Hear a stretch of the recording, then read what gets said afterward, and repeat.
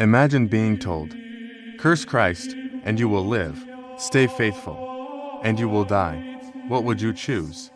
This was not a hypothetical question for Saint Polycarp, it was his reality. This is the story of the man who looked death in the face and chose Christ.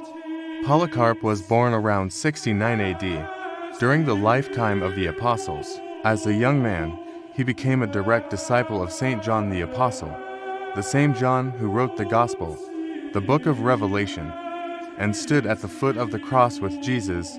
Polycarp learned the Christian faith from someone who had walked with Christ himself. He was later appointed Bishop of Smyrna, in what is now modern-day Turkey. Being a Christian in the 2nd century was dangerous.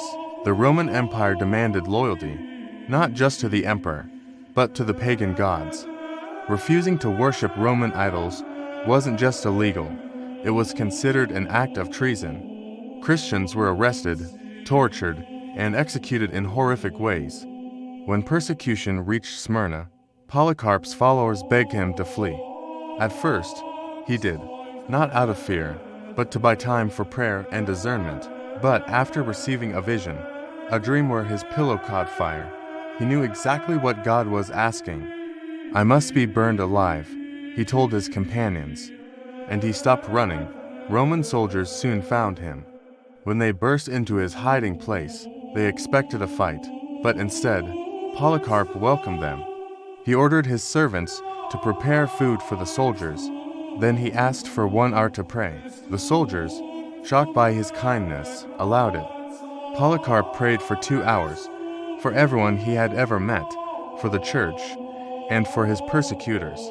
Brought before the Roman proconsul, he was given a simple choice: swear by Caesar, curse Christ, and you will live.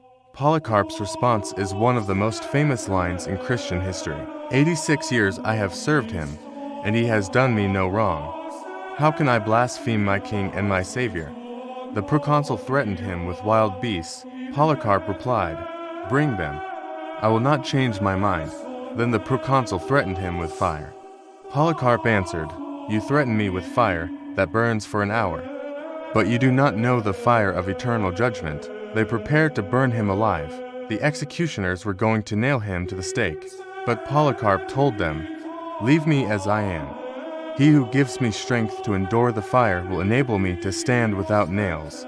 As the flames rose, something miraculous happened.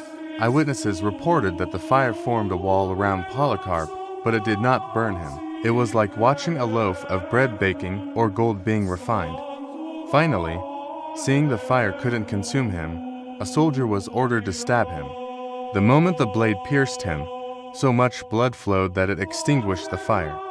Polycarp died as a martyr around the year 155 AD, at the age of 86. His death was recorded in a letter.